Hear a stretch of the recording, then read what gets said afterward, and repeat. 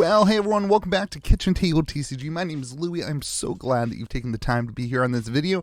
We are going to talk about more Uprising spoilers that are just dripping out. We're going to talk a little bit about the cards, and we're going to talk a lot about what I think it means for the state of the game moving forward, and a lot of things that are going to happen as we get into a more control-heavy gameplay.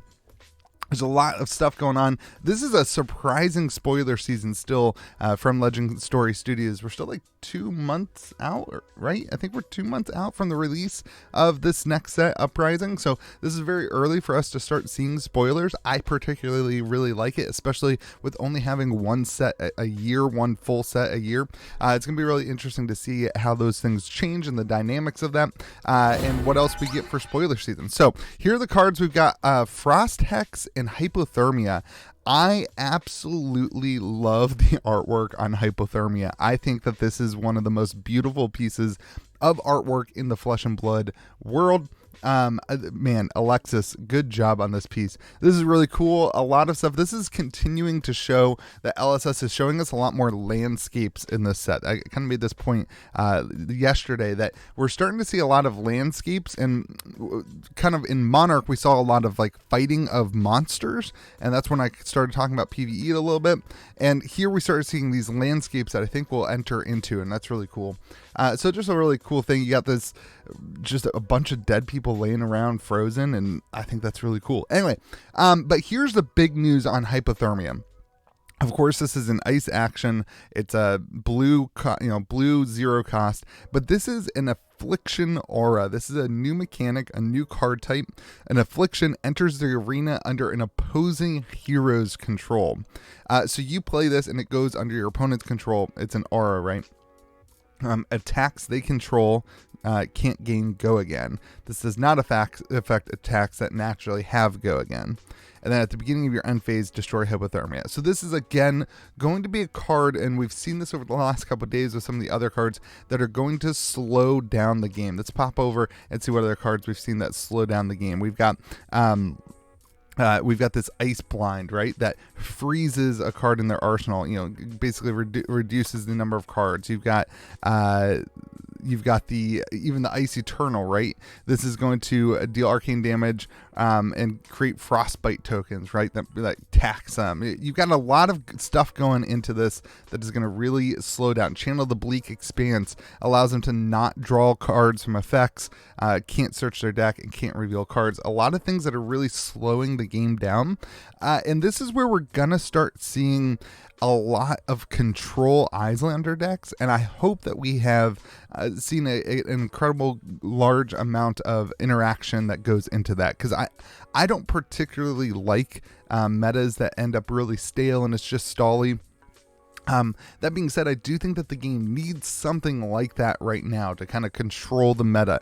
So there is a balance that these things are needed, and I agree that we are there.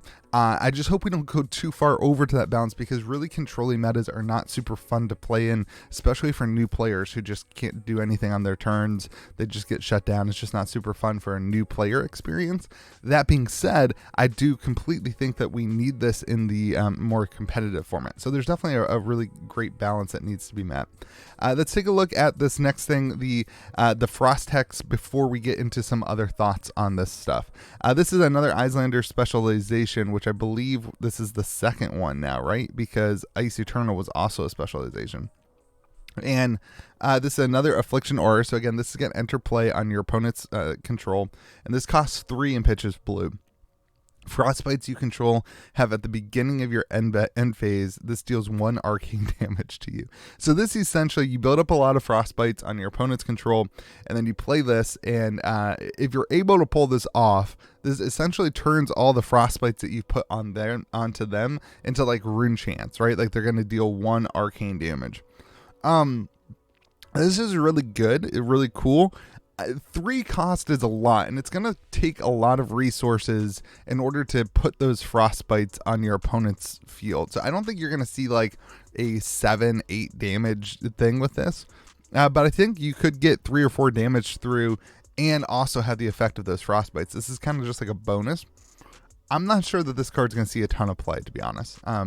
that 3 cost is just a little much, and to be able to, you got to be able to pay the 3 costs. So that's a card from hand. So now you got 2 cards. So you got 3 other cards to create Frostbite. So it might be, I'm not sure that this is going to be the most efficient way to deal damage to your opponent. But, it might be. Maybe I'm wrong. I don't know. I'm definitely not the pro player here. So, beautiful card.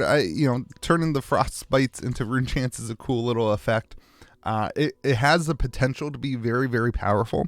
This is definitely a card that I think has the potential to be really, really good. That 3 cost, though, is probably what's going to reduce that to a much lower power level. So the power of the card's really good, but it's really hamstrung by that 3 cost, in my opinion, which is probably good because this card could be really bonkers. So all right, now let's talk about these Afflictions. This is a new type of card.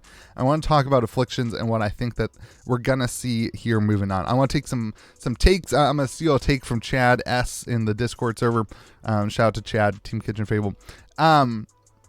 He says, I like where these Afflictions are leading necromancer curses. Let's go. And I know there's been some conversation based on the lore article of that we're going to get an apothecary, some potion making, and maybe you have some Afflictions that come from, getting doused with a potion or whatever. But I do think like a necromancer could be really, really cool. And those Affliction auras would be pretty set up pretty strongly. I do think we could see some sort of Affliction and back interaction with they're not tokens. What are they called? Like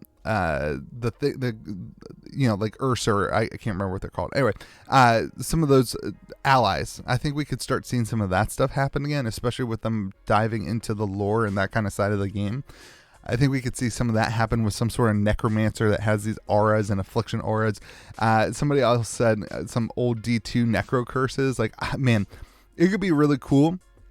The issue with that is I think that the Afflictions are going to play very heavily into slowing the game down.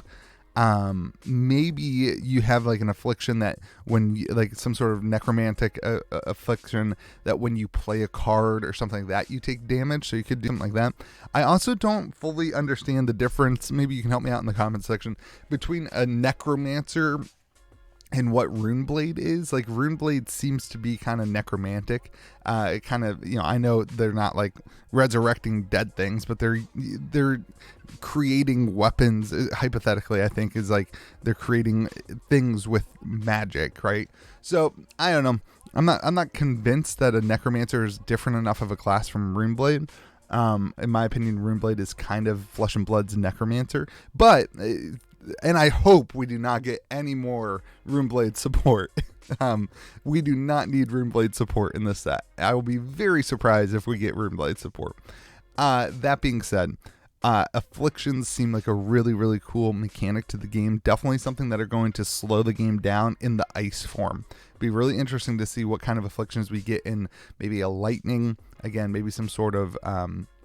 necromancy, maybe a fire. I think that's where we're going to end up going, but could be really cool either way. So let me know what you think about the artwork, about the slowing the game down. My biggest concern with these cards so far is going to be how slow do we make the game and how oppressive is this going to make the game in terms of a new player shows up or they've been playing for a while and they get into the game and all we're doing is shutting them down and they just feel locked out from actually playing.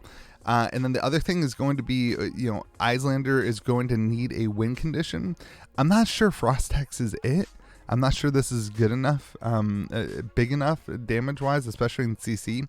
So it'd be interesting to see what kind of what kind of win condition we give Iyslander and how she can really close games out, because this was always one of the issues I think with Oldhim not being able to close games out. Like Oldhim kind of slowed some stuff down, but he had a really hard time closing things out in the timeline of Flesh and Blood. Of course, the way that the game works, you have to be able to end the game in a certain amount of time basically, and if not, then it kind of puts his dampers on the tournament stuff. So anyway, those are my thoughts. Let me know your thoughts in the comment section. Hope you have yourself a fantastic day. Remember to be kind to the people around you, and we'll see you again next video.